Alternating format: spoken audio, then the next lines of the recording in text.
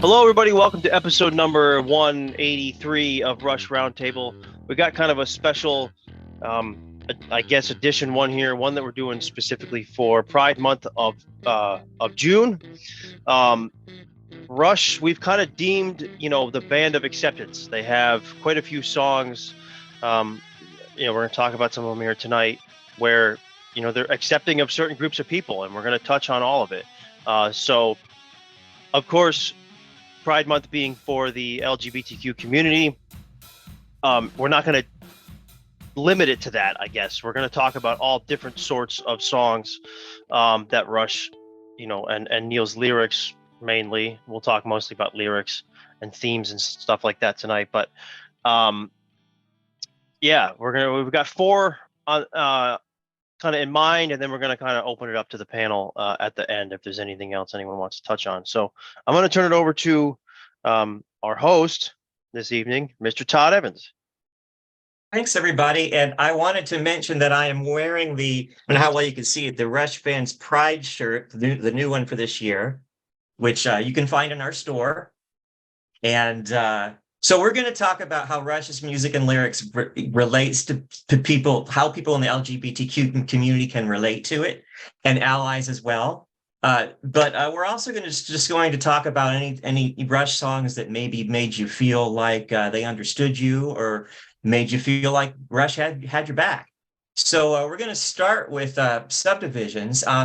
Subdivisions has the advantage of having a video that basically describes it as a song for, you think of young people, maybe 14, 15 in the suburbs, and they had the great line about conform or be cast out. So many of us, for so many different reasons, can think of that as being something to relate to. But one thing that I don't think,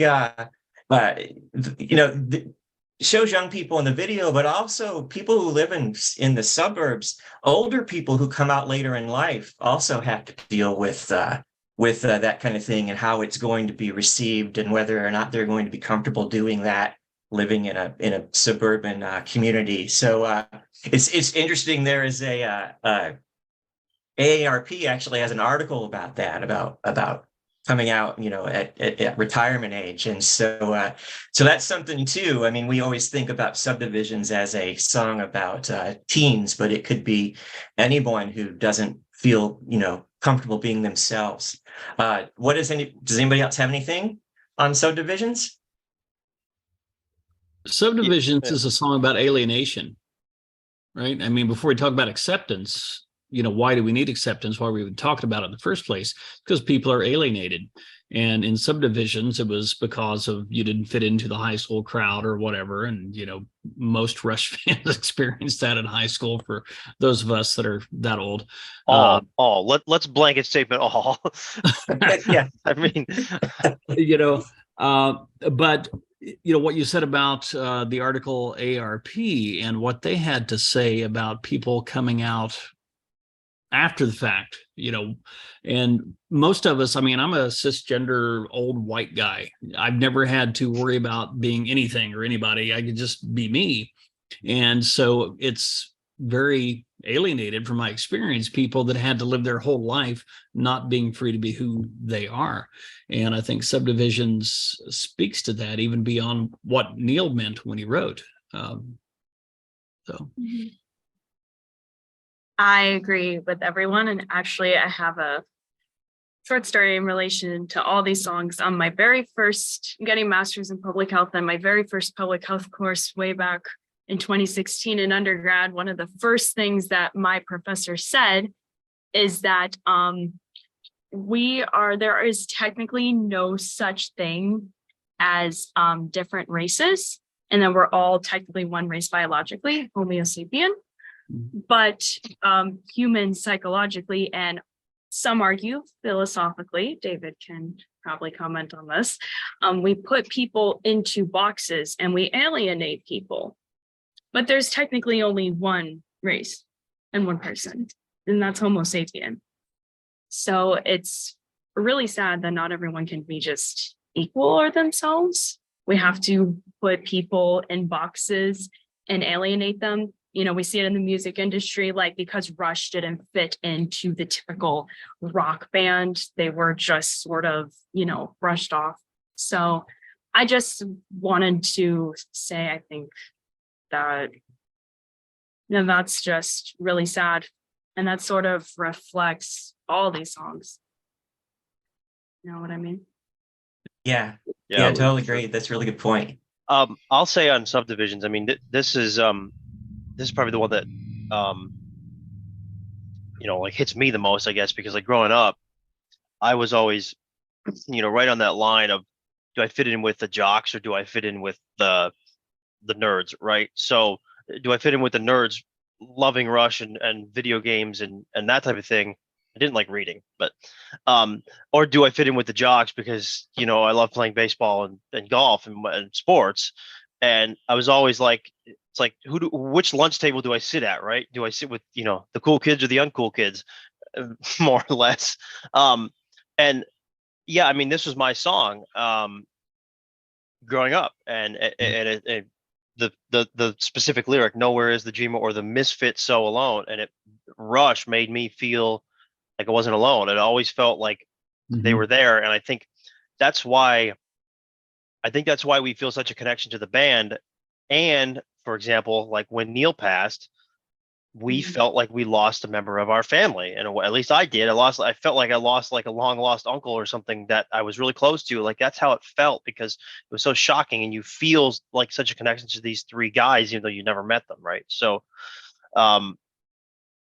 yeah, I mean, just the one last thing I'll say about Subdivisions is that I feel like this was, and this is why we talked about this song first, or I told Todd to bring it up first, is because I feel like this was their entry point into this topic, right? This was kind of their entry point. And maybe some of you have a few other songs we could talk about at the end that aren't, what we're going to talk about, but that were prior to Subdivisions. But I really feel like this was the first kind of song surrounding the theme of acceptance with this band. So yeah, and when most Subdivisions, relatable. Yeah, right. When Subdivisions came out, it was the year that I graduated from high school. And so I, like Ryan, was in a couple of different groups. I was a band geek. I was also what they called an art nerd because I was a photographer, and I wasn't good at sports. But the way that the words that he chose, high school halls, shopping malls, basement bars, backs of cars, all four of those are just nail it. And so that was impressive how you just said that like that. That was really impressive. Oh, I've got the lyrics over here, but no, I know, but it was still impressive. But yeah, I just think he nailed it. Yeah, I 100% agree. It's one of the things that I brought up to Geddy Lee when I was on his book tour. When I went to one of the stops on the book tour, was that I wanted to play bass or something cool like saxophone, and I got stuck with bassoon because I was told it would get me into a good college. And I told him, I was like, I played bassoon, I was a Rush fan, I was a teenager, I was so confused, but your music helped kind of, guide me into kind of identifying or beginning to identify my sense of self so early on. And he kind of left at that just because, I didn't end up going to college for bassoon or using it or even having one to this day, but it's something that the band nerds, I felt like always were so cohesive with Rush, even when I was in high school in the early to mid 2000s. Yeah, well, anybody who's a musician or who was in band knows that the bassoon is actually cool. So, thank you, Todd. So yeah, so the next one I think that we should talk about is "Nobody's Hero," and the song starts out with "I knew he was different in his sexuality. I went to his parties as a straight minority. It never seemed a threat to my masculinity. He only introduced me to a wider reality." Now that part about an LGBTQ person being a threat to somebody's masculinity, that was the first time I ever heard anybody say that. And that really spoke to me because I thought to myself, I don't think I really understand that concept and why that's a threat. So that was the really, that was the first time that anybody that I had ever heard anybody say that. So I think that's really significant. Does anybody else have anything else to add? Because there's all of the stories in this song are pretty compelling. It's really part of the fear thing too. When you have somebody who is different or acts a certain way or seems effeminate or whatever it is, they're like a threat, so the fear part comes in because you don't understand that person, you haven't spent time with them. And even like at the time when AIDS was really really in the forefront, people wearing masks, I mean, there was a whole fear, oh, can I get it, can I catch it, and all this sort of things. There's a lot of miseducation about it. So that line was really potent for me too. And then the rest of the song, I had kind of different, I guess, issues with it.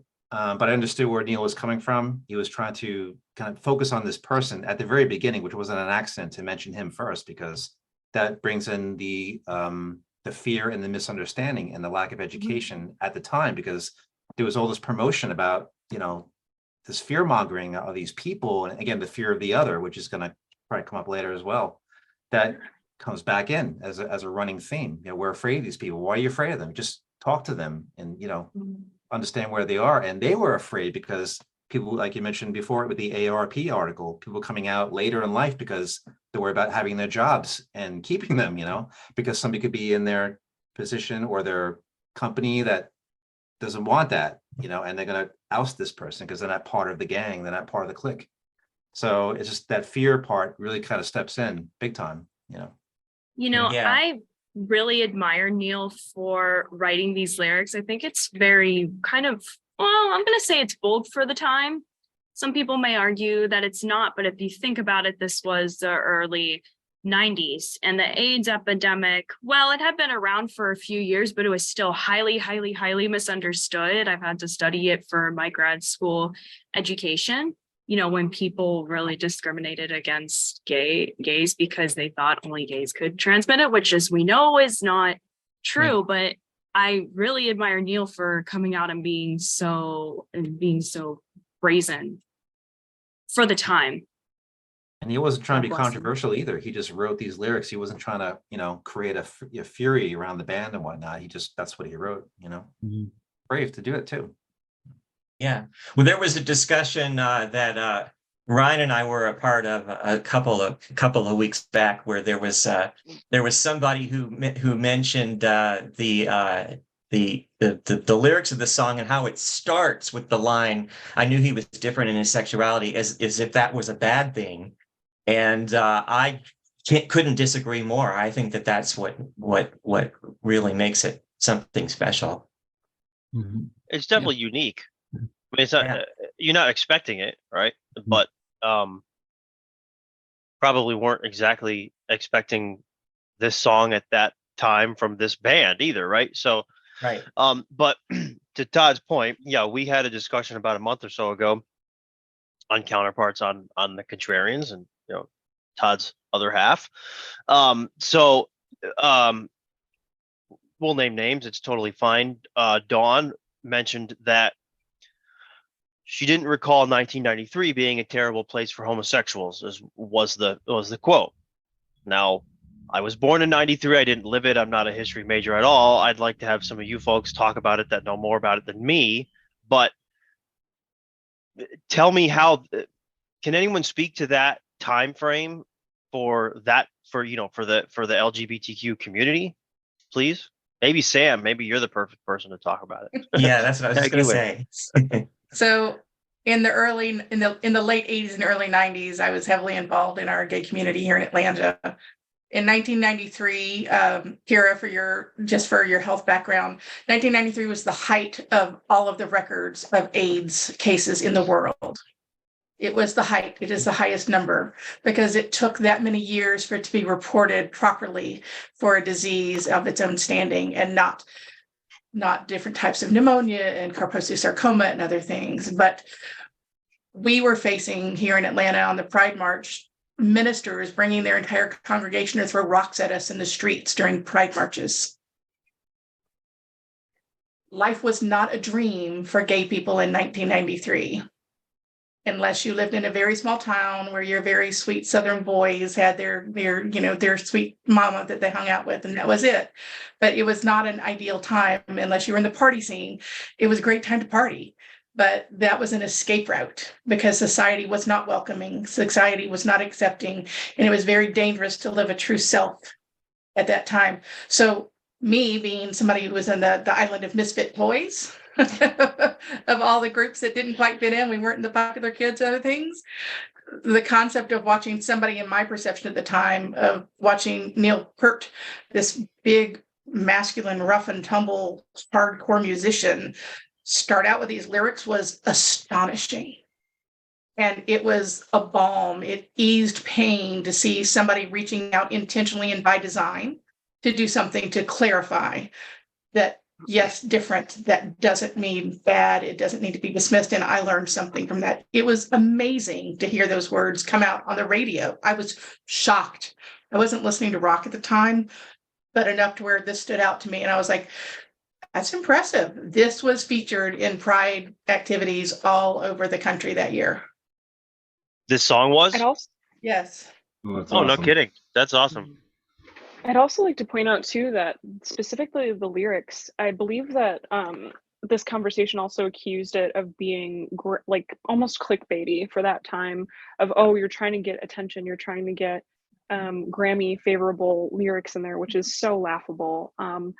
But something that Neil does isn't putting this person on a pedestal, and it's the whole point of Nobody's Hero, right? This is a person with a meaningful and so nourished and well impactful life on Neil. And compared to just the baseball star everybody loves, yeah, this person's a hero. It's a nobody's hero. And I love that this person isn't put on a pedestal because of their sexuality. They're just seen as equal. And how effing awesome and how important it is just to see that community, and as somebody as part of that community, just seen as an equal to somebody like Neil is just also something. When you hear it as a teenager, it was the first time I really listened to it with ears just beyond hearing it in the car with my dad, just going, wow, this guy gets me. This guy can, roll with me, as the youth says now. And that's just super meaningful and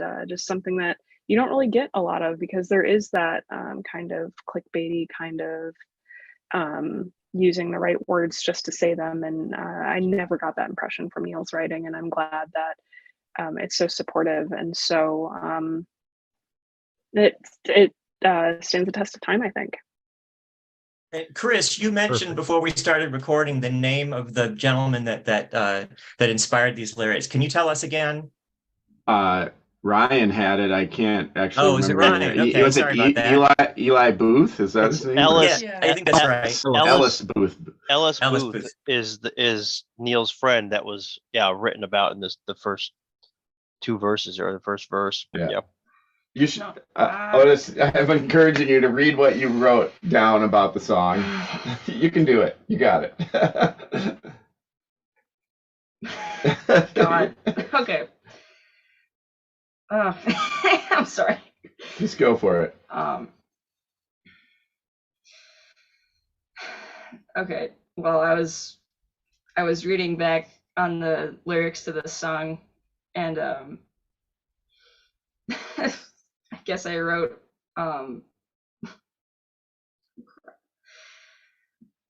Just do it. You got it. sorry.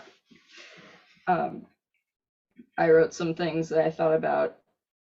I wrote that a hero isn't someone who does something good just for something rewarded. A hero takes action and risks doing what is right for them and or the people around. And anyone can be a hero and do that. So, yeah.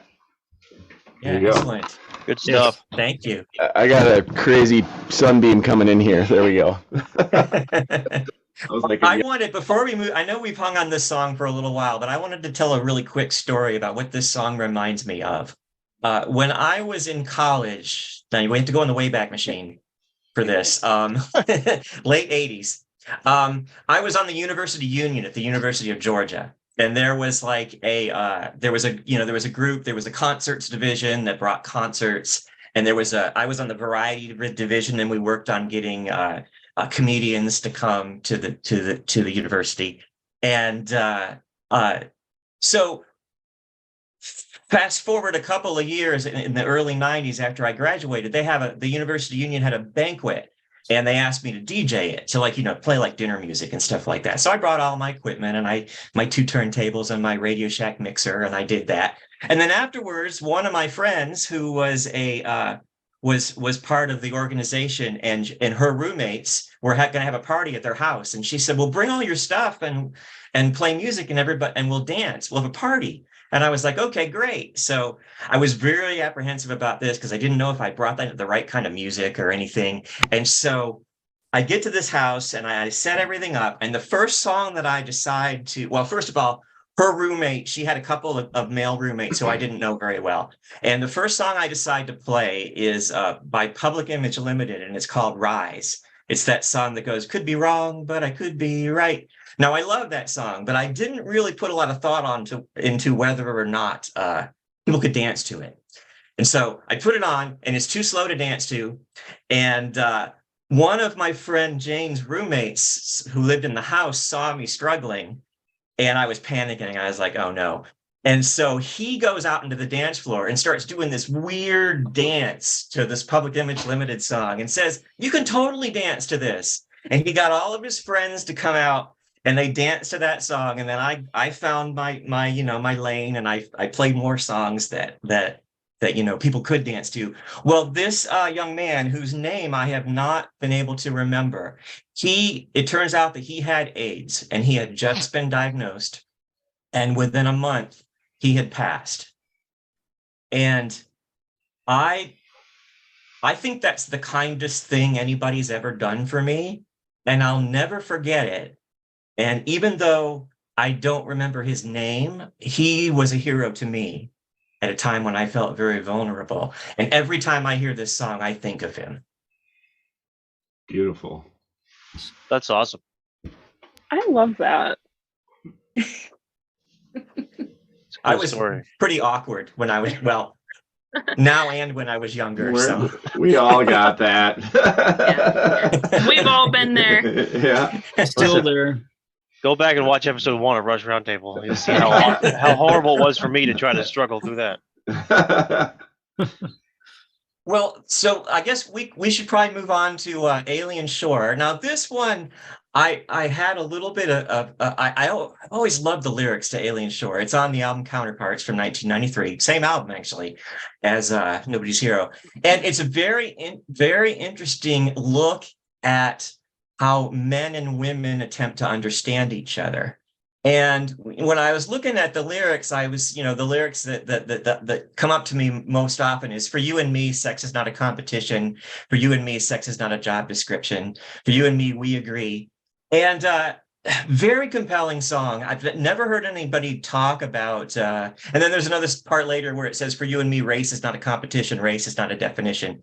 Really unique way of looking at gender and race. But it reminds me also that there's another part of the community, the asexual community, or the ace community. And so that could, because this song starts, "You and I, we are strangers by one chromosome." And that sort of makes me think about that part of the community too. And so that, I don't have a lot more to say about Alien Shore, so I hope some other people do. I love this song, but I'm still really trying to figure it out. Does anybody else have anything else? Hey, I've always thought, I just want to say one quick thing. Rush and the Ace community can go hand in hand. Like, there's one rock band for the Ace community. It is Rush for sure. Yeah.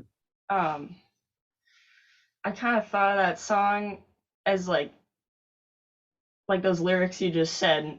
I feel like how we're born doesn't completely describe us like as who we are. Like, we can grow and change as we grow up and as we get new experiences through like time and everything like that. I mean, I don't know, it's just my thought on it, but Right Yeah, on. I mean, I started out as straight, and I came out as bi when I was in my 40s, and I'm constantly moving on the spectrum. So so that, you know, is something that I've thought of, is that you definitely, you know, you have your assigned at birth gender for people who are transgender, and then there's also gender identity, and they can be two different things.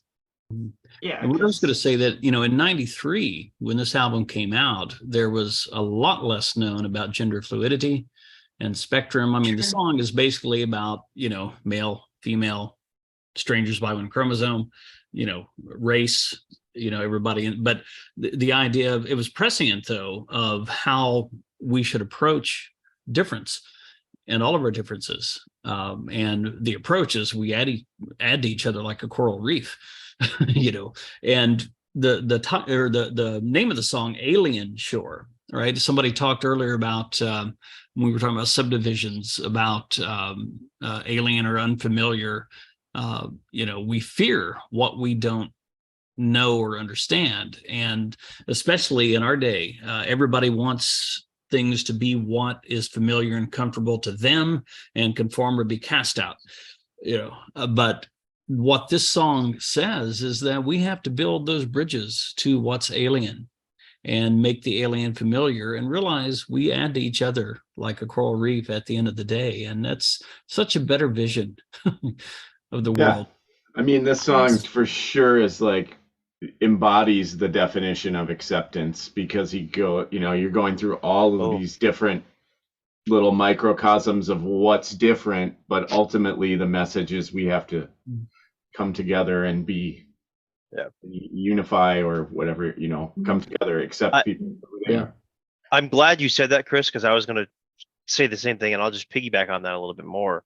Nobody's Hero is kind of the prototype for this topic, I guess, in a way. But in my opinion, and maybe this is a bit contrarian, I've been hanging out with those contrarians quite a bit recently.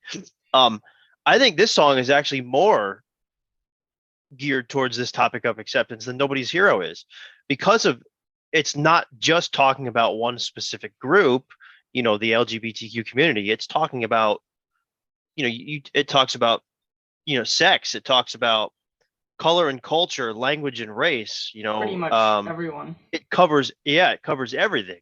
So it's not as, I feel like it's not as, what's the word, like in your face about it, but it's a little more subtle, but it talks about it throughout the whole song and throughout the whole lyrics. And, you know, maybe because this song was never played live, I don't know, Nobody's Hero was played live at a time, not to talk too much about the music and all that, but keep it with the topic of this roundtable. But maybe just because of that aspect, this song wasn't as accessible and therefore not as, you know, known, I guess, because I feel like Nobody's Hero is obviously more known to folks. But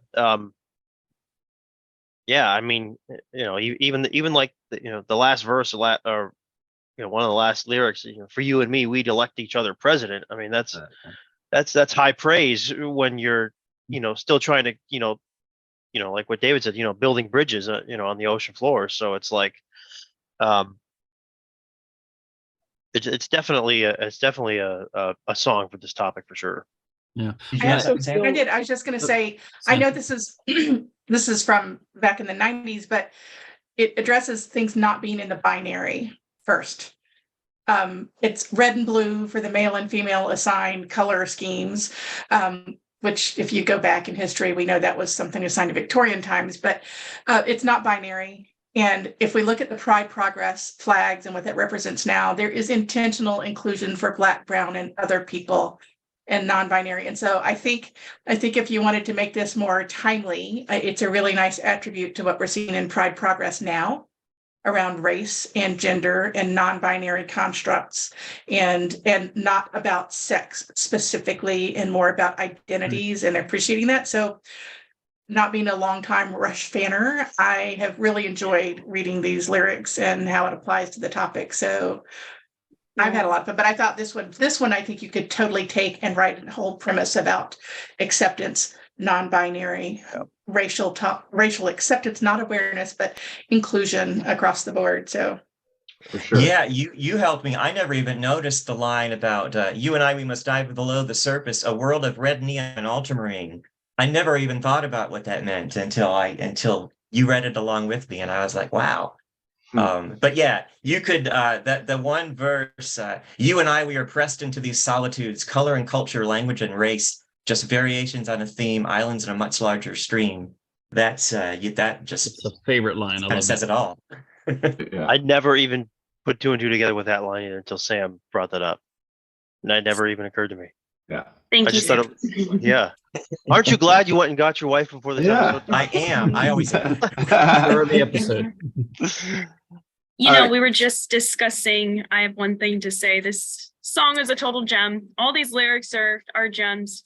But, you know, you just mentioned the lyric, you and I were pressed into these solitudes, color and culture, language and race, just variations on a theme, islands in a much larger stream.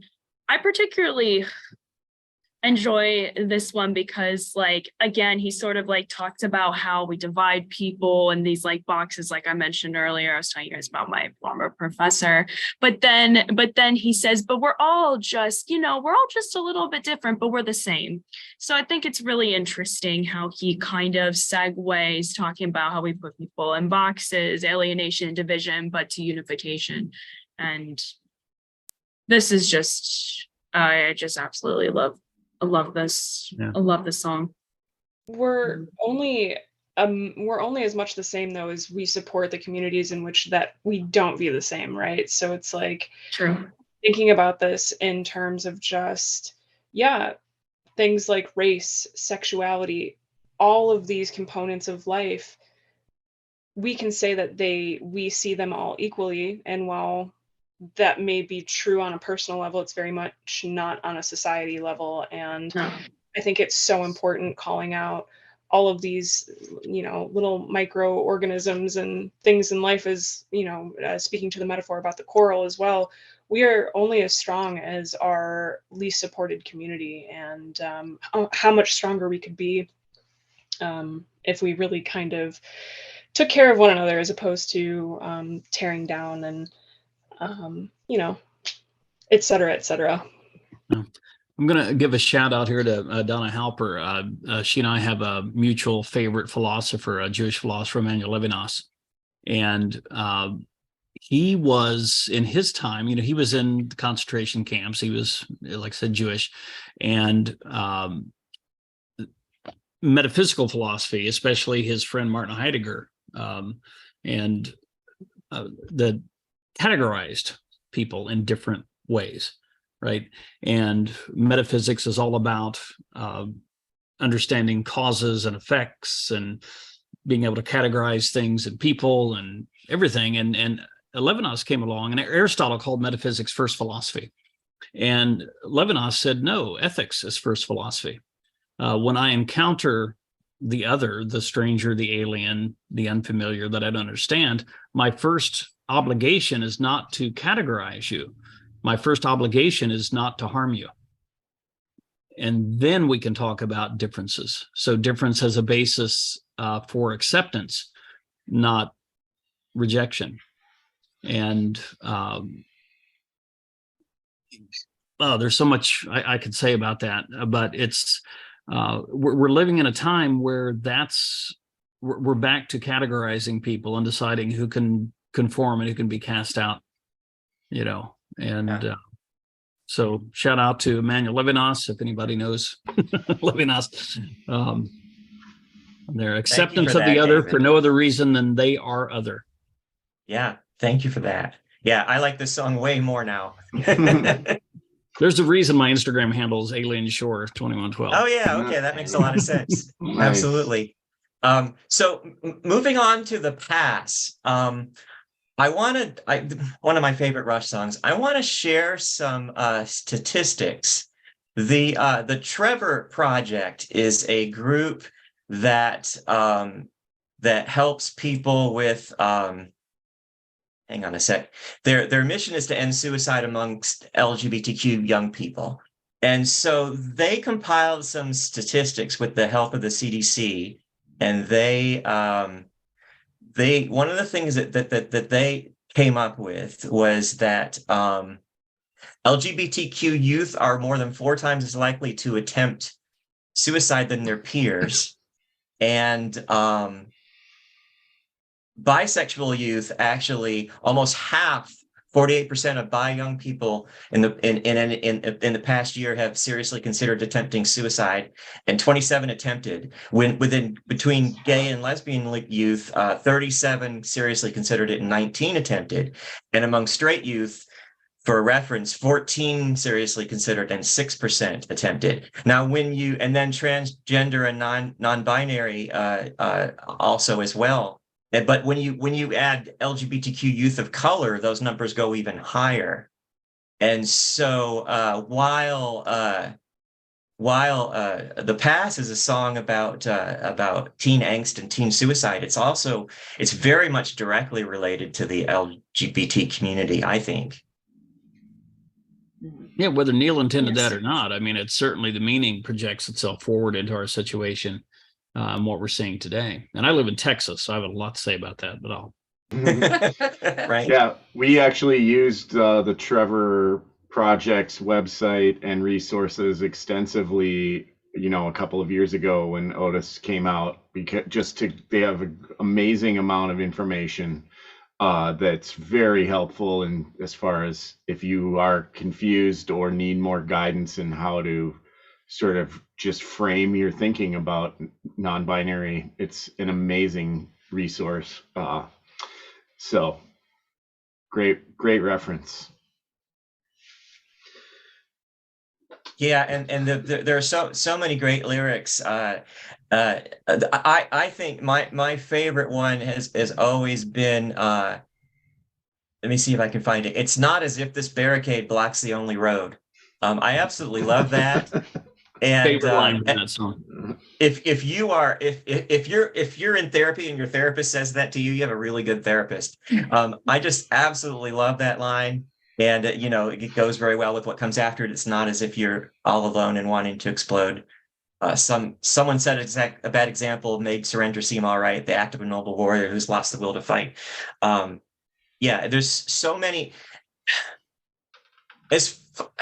I think that, I know I'm a Rush fan, so I'm going to say this, but I think this is probably the best song that I've ever heard about this particular topic. I've never heard anything better, and it's very moving, and it's a lot like how Nobody's Hero starts, and just brings you right into the topic that they're talking there. This one, when Getty says, "Christ, what have you done?" I remember being really just completely startled by that the first time I heard it, and I thought that's a real gift to be able to talk about this topic. And if you didn't notice what he was talking about up until that point, then when you hear that, you think, okay, this is something I had to pay attention to. Very, very effectively done. Yeah, it bears repeating that song. It's like even the band itself is so moved emotionally. Even Neil spoke about this, that he is so moved emotionally by the song. And they're better crafted ones and for good reason, what you just said, Todd. Yeah, I feel like this is one of the ones where it's such a direct, I don't want to say call out, I want to be more gentle, but a direct, for me personally, in my experience, it was a direct call out that Christ, what have you done?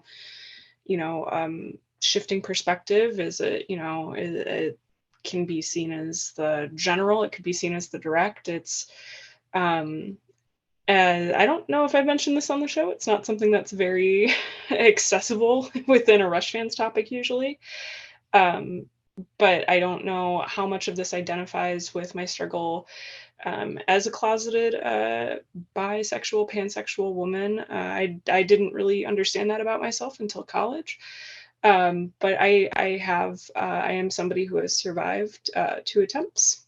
And it's something that I feel so seen by, and so again, as I said, Nobody's Hero, supported by with this song, but not so much supportive as also just kind of that gentle, like, it's okay to not be okay. It's okay to, see that, that you feel like you are alone and wanting to explode, but also think of the consequences. Think of things that, follow something like this. And it's something that I listen to quite a bit when I find myself in those kind of manic thoughts and episodes where it's, you're absolutely valid in this, but what does that mean, and everything else. And it kind of, like, that Christ, what have you done specifically, just kind of hits that pause button. It makes you go, oh, let's regroup. And if, the relatability factor on any of these tracks means anything, I think this is probably the highest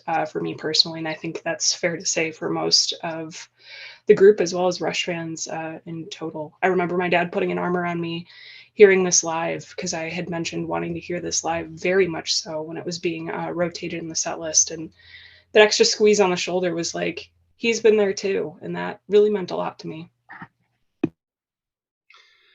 Yes, thank you. Thank you, Lana. I have something to share that is in relation to this. It's not about me. It's about a family member of mine that just passed away, that unfortunately took her own life. I don't know why. I'm never going to know why.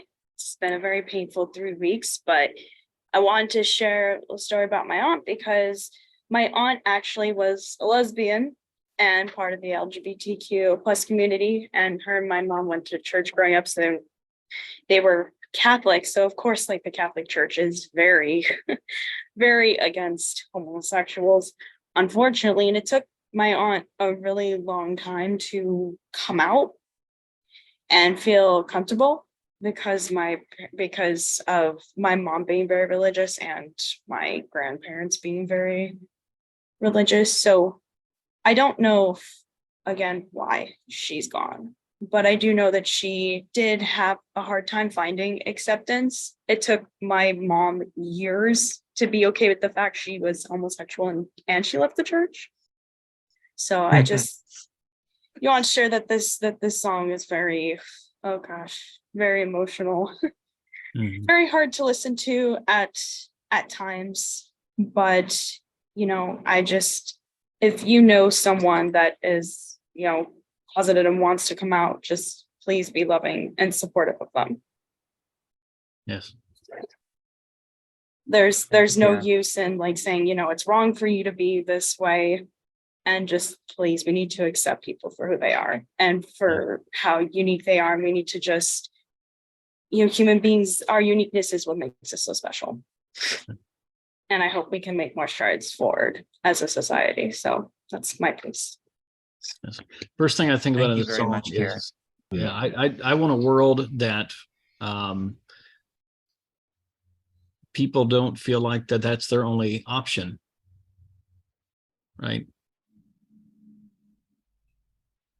Yeah. I think with Alien Shore, the idea of reach is such an opportune word, because when you reach somebody, whether they're afraid to come out or whatever their circumstances, when you reach them, then they don't feel that barricade. They don't feel like they're being closed off to everything. So, and reach also really relates to education. So if you're educated enough about the community and what it's about, then you understand it more, then you're more tolerant. Then these problems tend to sort of slowly go away, because now everyone feels more included, of course, but they feel understood. Yeah. That's the big key to everything, is being like, you feel you're understood and you're not alone in anything. Yeah. Like I said, I live in Texas, and I have personal friends who have been investigated by Child Protective Services because they have trans kids, and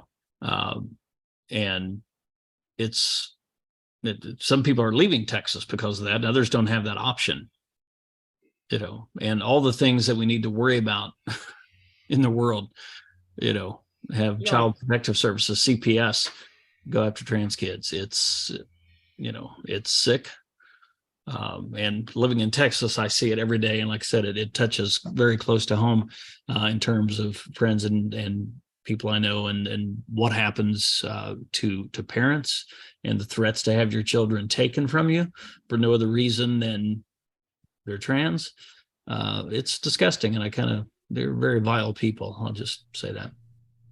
You know, like kids Go like after them. me and others don't even feel safe in their homes most of the time. Like if it's because of their laws in their state or their family, maybe stuff is happening at school or anything like that. Like I've had friends who have had stupid experiences with that kind of stuff, and it's just like, I don't know, stuff has definitely progressed over time. Like society is slowly becoming more accepting to stuff like that, but it's still going to be a long road to walk through. But Well, this group has your back. Yeah, absolutely. Yeah.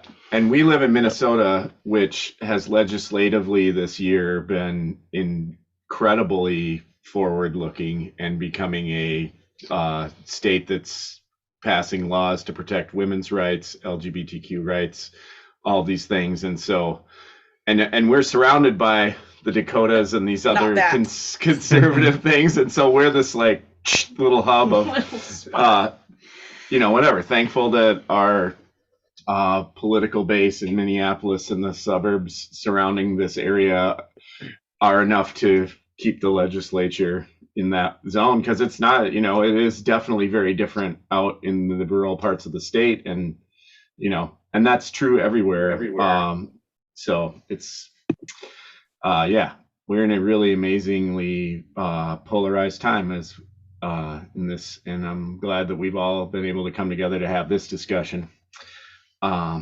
Rush is as relevant, if not more than ever. Yeah. I was just about to say, oh, sorry, Chris, go ahead. Continue. Well, I was gonna just bring up the fact that I think that there's songs like Free Will and you mentioned the balance theme in hemispheres, that like these are concepts in the earlier songs that lead to this kind of thinking. And so as people who absorb this music and absorb this band and think about the lyrics and think about the content of what we listen to and what Neil especially has delivered to us in his lyrics, this is opening us up and keeping us focused on that, and also taking, we look at life more openly, I guess, if you will. I don't know, that seems a little more blanket statement than I want it to be, but most of the fan base of this band are people who are open to a lot of different viewpoints, and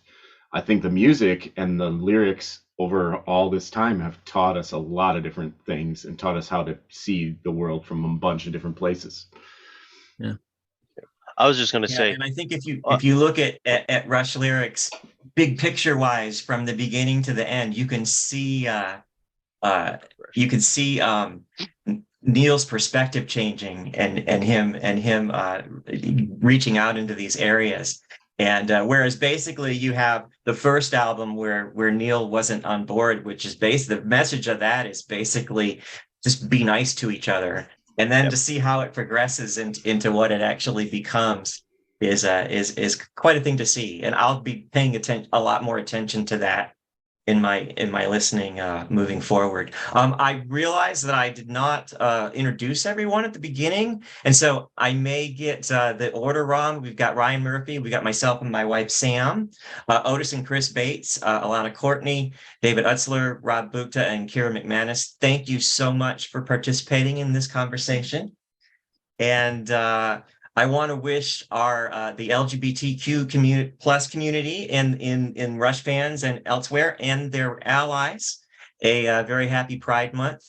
And we'll see you in the next Rush Roundtable. I was just going to say, Todd's trying to take us out quick. I've learned from the best, Ryan. No, we're not doing so well on time, but that's absolutely fine, because I do want to add this. Let's try to hit an hour, so we've got 11 minutes, but I do want to just open it up to the floor. Like, are there any other, and I'll go first, I guess, and let you all think about it now, but are there any other songs that you feel kind of bring out this topic of acceptance? So I think it was Alana, when you were talking, you literally said, like, word for word, what I think of the song, how it is. It's okay to not be okay. like, so that, like, maybe I never even really thought of that. Now, I guess you could say with Vapor Trails, there's a lot of that flowing through it because of the tragedies and all that. But the one thing that I wanted to bring up was, in my opinion, the entire album of Snakes and Arrows, and we just talked about this on the Contrarians, and it kind of got me thinking, like, the whole topic of faith and religion around this topic too, because, and specifically the songs Armor and Sword and Faithless, which to me kind of go hand in hand. They're kind of, sister songs, but Armor and Sword deals with religion and how it can be used for good, and religion and how it can be used for bad, right? And I think, and then obviously Faithless with, like, quite literally in the title, it's perfectly acceptable to not be a person of faith and to have other ideas about faith and what that is. But I just feel that Neil's, and one of you said this prior, but Neil's, I think it was Todd, Neil's viewpoints changed, his perspectives changed throughout the years. And I think it almost feels like it kind of culminated with this record, with Snakes and Arrows.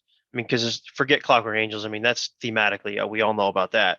And there's some of that running through that too. But this one really, because this deals with faith, and it deals with his experiences in the world and kind of how he sees the world and how other people see the world. He kind of works it all into one record thematically, and it's not as apparent as Counterparts with the themes that run through Counterparts or Roll the Bones or whatever, but there is themes running through Snakes and Arrows. And I just wanted to bring that up because I think that Snakes and Arrows has its own kind of subtle ways of talking about acceptance and things of that nature as well. So anybody else want to bring up any other songs before we? Yeah, Ryan, I'm glad you did that. Chris mentioned free will, and I almost segued to that, but I was afraid we were running too long. But so thank you. That's all right. Kira, yeah. I have a song that I'm gonna argue relates to this topic, but just hear me out because you might think I'm crazy. From Clockwork Angels. That's beside the point. Yeah. And this song is very personal for me, my experiences, and that is "Wish Them Well." Because I mean, we can't go through all the lyrics. We don't have time. But I mean, if you think about it, it's like, talking about how, we all get that.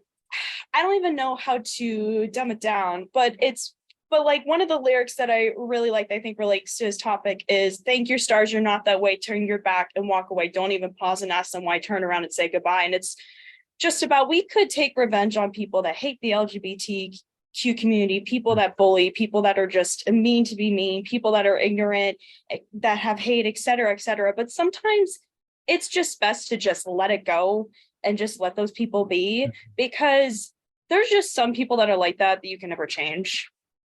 At least that's how I interpret it. And, sometimes you just have to just like let those people go and be like, okay. Don't think that way. You know what? I'm just not going to associate with you. I'm not going to associate with you. I'm not going to associate with your group. I'm going to go be myself and be with my community. So we can't go through all these lyrics, but I think it does relate in some way, because Neil's basically just saying, just let it go. All the people that are ignorant, hateful, that have bullied you, that have given you problems in life, that have hurt you, hurt your loved ones, just like, let it go. Let it go. You know what I mean? Thank your stars, you're not that way. I never even noticed that before. Thank you. Walk away. Yeah. Go live your life. I'll throw in different strings, different hearts beat on different strings, but there are times for you and me when all such things agree. And when they do, great. And when they don't, that's okay too. I got one more too. Hand Over Fist for me is like one of my favorite songs ever. But take a walk outside myself in some exotic land, greet a passing stranger, feel the strength in his hand, feel the world expand.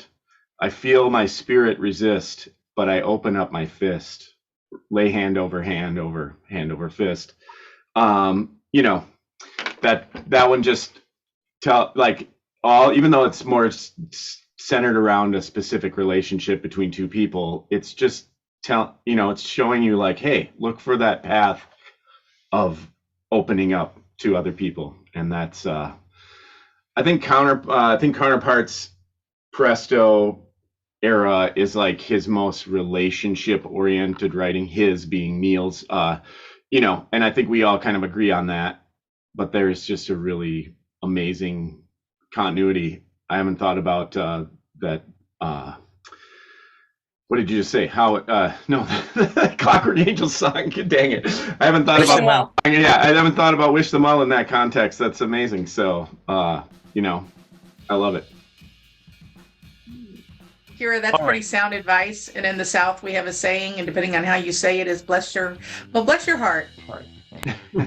And you can take that in one of several different ways. But Yeah. not feeding your energy into that hate is a really powerful thing to learn to take it back. I'm going to go read the lyrics for all that intention, Kira. Thank you.